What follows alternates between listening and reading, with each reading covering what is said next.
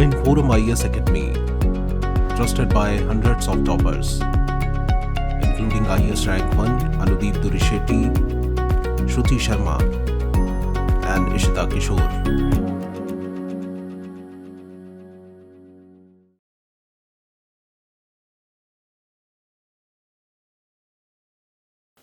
Hello everyone, welcome to ForumIAS short series on public administration. So in this series, the topic which we are going to take is progressive era in USA. Progressive era in USA. I hope that after seeing this topic, some of you may not be thinking that this term progressive era you are seeing for the first time. Because if you are seeing for the first time, then an important link is missing in your preparation, specifically of paper 1. Right? Because this is a very small topic, progressive era, right? It is a very small topic, but for understanding the evolution of public administration as a discipline, how it converted from practice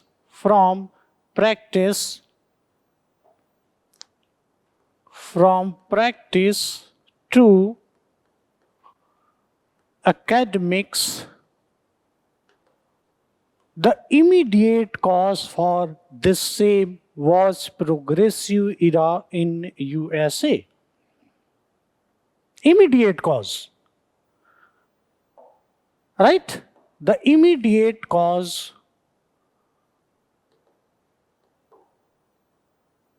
was progressive era in USA. Now, for understanding this progressive era, we need to have a little bit idea about the history of USA from 1850. See, 1850 was the era in USA where it started seeing number one is immigration at large scale level. USA started seeing the industrial revolution, right? I am writing short, that is IR. Industrial revolution. Number 3, it started seeing migration of people from rural areas to urban areas. So it started seeing urbanization. And for short term, these were very helpful for USA as a country. But for long term, it started producing problem. For example, immigration resulted into crime. Industrial revolution started what? Nexus between politician and industrialist. It started producing big corporations which were very powerful, even powerful than government. This urbanization started problem of slum.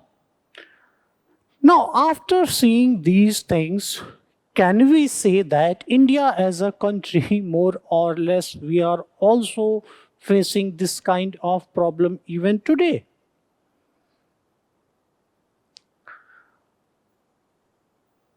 Right? Now, a group of scholars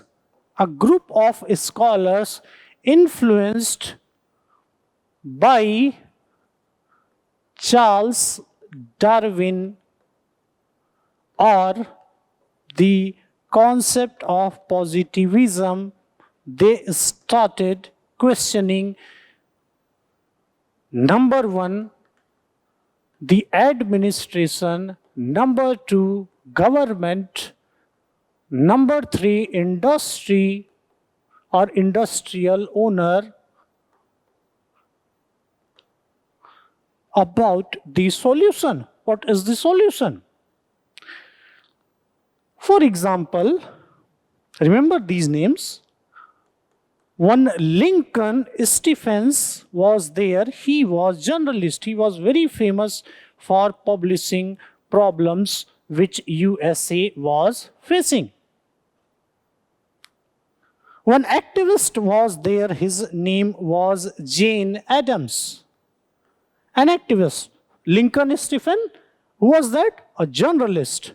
Number 3, Ch. Evans Hughes. He was New York governor, so some politicians were also there. Like in our country, you will see at least some politicians offering you solutions of problems which our country is facing. Likewise, many poets, right, journalists, activists, okay, they started asking what is the solution for these problems. And these activists, journalists who were influenced by this positivism idea. And what was the positivism idea?